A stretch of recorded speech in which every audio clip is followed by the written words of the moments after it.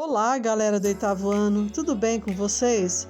Aqui é a professora Sandra, quem vos fala, e eu estou aqui para comentar os conteúdos e propostas da semana 5 do PET 3 de vocês. Na semana passada, nós falamos um pouquinho sobre coesão textual.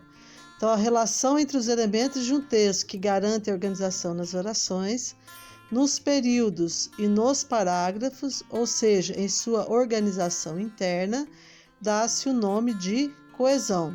Então, o texto vai ser coeso quando os elementos internos estiverem em perfeita harmonia. Então, é muito importante sabermos utilizar conjunções, substantivos, verbos, advérbios, as preposições, né? Porque todos esses elementos vão fazer com que vão conferir sentido ao texto. Então, a frase não vai ser um amontoado de palavras aleatórias.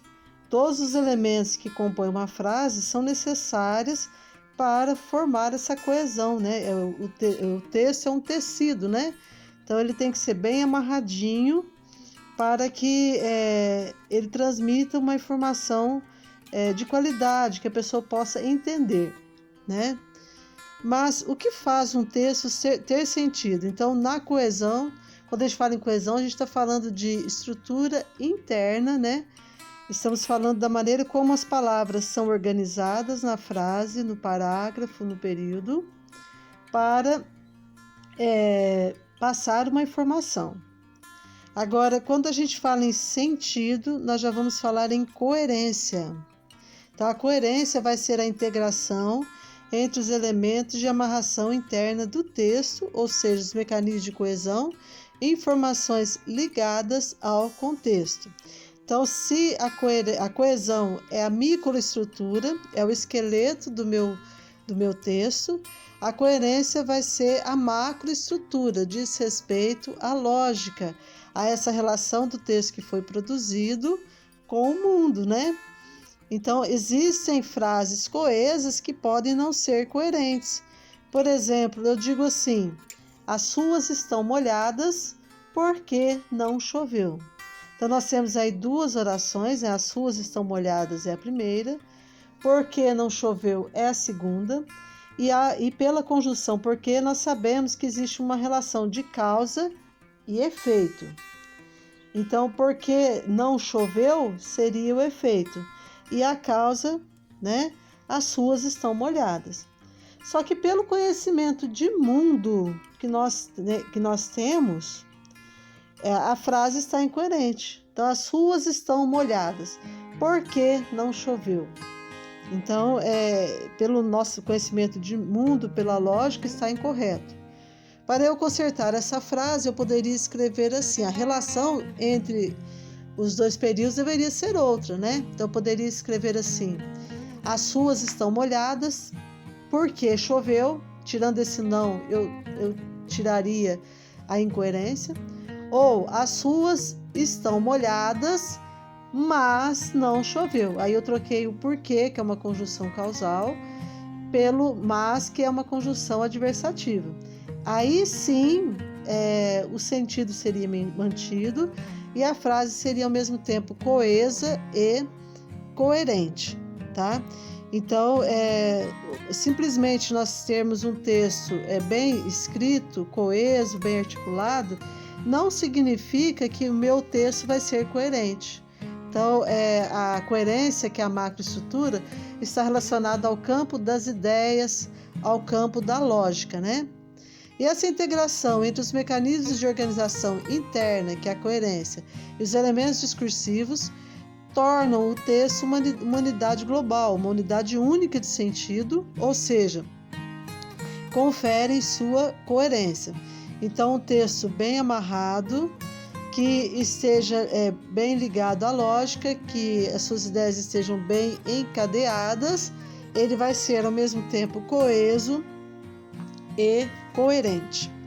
Então, a coesão faz a ligação, a amarração interna dos elementos do texto, sejam palavras, as orações, os períodos e os parágrafos, tá? E a coerência é o que faz com que o texto faça sentido para o leitor, conectando as ideias explícitas e implícitas do discurso.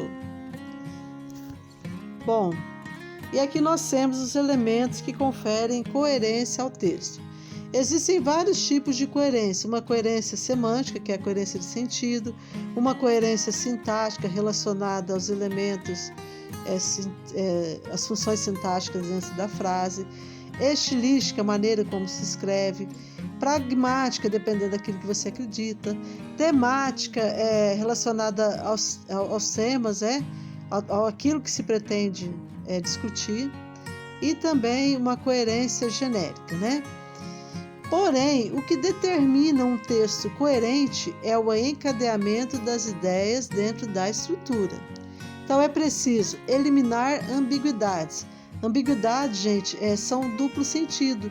Eu digo uma coisa, mas pode ter um outro sentido para outra pessoa. Então, tem de eliminar as ambiguidades, esse duplo sentido.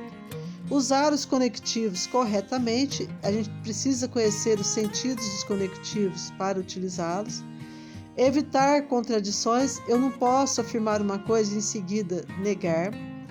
Relacionar os sentidos, estabelecer relações de sentido entre as partes do texto. Evitar trechos irrelevantes, sem importância, que estejam fora do contexto, fugir da ideia principal.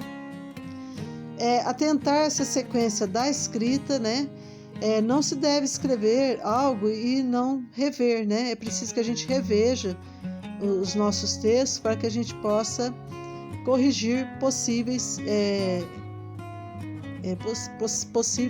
falhas ali, Empregar a variedade adequada da língua e mantê-la até o final do texto, Isso é muito importante, principalmente nos textos dissertativos.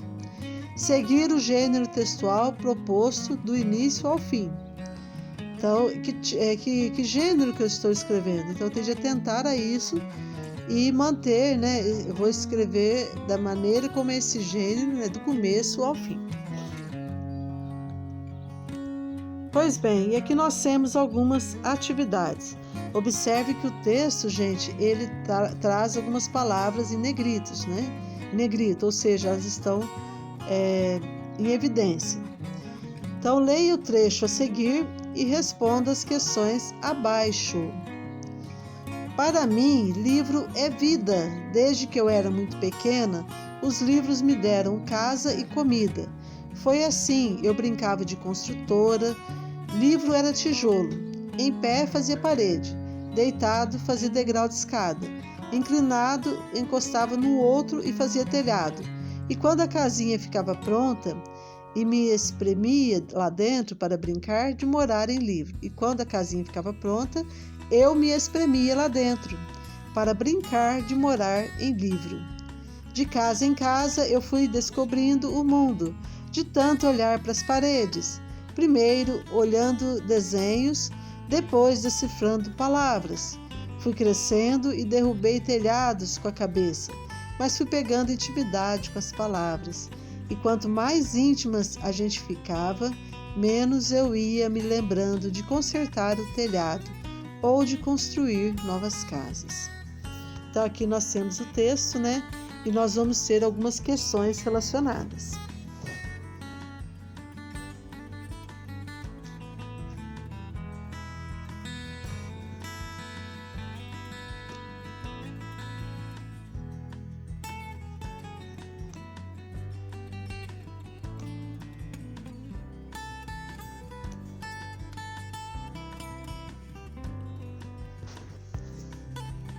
Vejamos então. Primeira questão aqui. Observe que no texto há várias palavras ou expressões destacadas. Qual seria a função delas? Então, gente, como nós já comentamos, o texto ele não é amontoado de palavras aleatórias. Se as palavras estão aí, é porque elas estabelecem algumas relações de sentido, tá? Então, a função delas é estabelecer relações de sentido entre as ideias e os elementos internos do texto. Bom, segunda questão. Leia a oração e observe a pontuação. Livro era tijolo, em pé fazia parede, deitado fazia degrau de escada, inclinado encostava no outro e fazia telhado. Agora reescreva a oração retirando as vírgulas e pontos, né? As vírgulas e pontos e vírgulas, né? Tente ler a oração.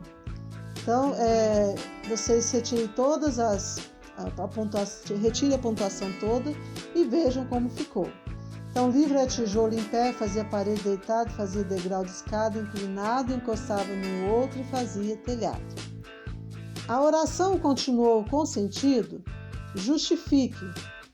Lógico que não, né, gente? Pois sem uma pontuação, as palavras ficaram numa sequência desordenada, numa sequência ilógica, sem coerência, né? Sem sentido. Então, a pontuação justamente ela faz isso, né? Ela organiza as frases, ela organiza os períodos. Se você retira essa pontuação, fica totalmente ilógico, fica totalmente incoerente. Como a pontuação garante a coesão e a coerência do texto.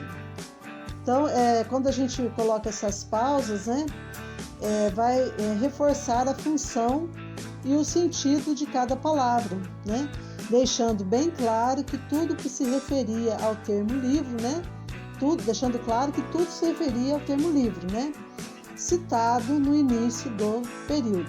Então, é aquilo que eu falei para vocês, a pontuação, ela vem trazer essa organização para o texto, né? E vem mostrar quais são as relações entre as palavras e o texto. Bom, e aí vem a número 3, né? A que elemento da oração citada anteriormente, a palavra outro se refere? Então, voltemos à frase aqui. Em pé, livro era tijolo, em pé fazia parede, deitado fazia degrau de escada, inclinado encostava no outro e fazia telhado. Que outro seria esse? Só pode ser livro, né, gente? Número 4. Qual enunciado ou qual frase abaixo não apresenta coerência? Então vamos ver aqui. Primeira oração. Não estudou nada, portanto não passou na prova. Esse portanto aqui, gente, é uma conjunção conclusiva. Então vejam bem, não estudou nada, não passou na prova. Observem que a segunda oração é a conclusão da primeira. Então, pelo fato de não ter estudado, não passou na prova. Então, aqui nós temos um período coerente, né? Depois, não fale nada, porque ela ficará triste. Então, já falei para vocês, né, porque estabelece uma relação de causa e efeito, né? Então, o efeito seria aí, ela ficará triste, e a causa, não fale nada. Então, ali há uma relação de coerência entre as duas frases do período. Depois, eu avisei ao aluno que estava doente. Então, mais uma vez, mostra, né, coerência na frase, né? Não há uma quebra, né, na lógica da frase. E a última aqui, tanto ria como chorava. Será que é possível fazer as duas coisas ao mesmo tempo? Né? Então, aí que nós vamos encontrar, né, a incoerência. Depois, número 5, leia a charge abaixo e responda. Isso se chama leitura. É a maneira pela qual as pessoas instalam novos softwares em seus cérebros. Qual é a crítica feita pela charge? Então, normalmente uma charge é produzida para criticar alguma coisa. E o que será que ela está criticando? Então, vejo que ela cita o livro e cita o software, que é um elemento da informática. Então, provavelmente aqui ela está fazendo uma crítica, né, à falta da qualidade da leitura, né, que as pessoas, as crianças e jovens hoje estão fazendo, né? Porque elas ficam muito ligadas à leitura da internet, desses dispositivos eletrônicos, e não conseguem ler um livro. Então, critica justamente isso, né? essa falta de qualidade da leitura das crianças e jovens.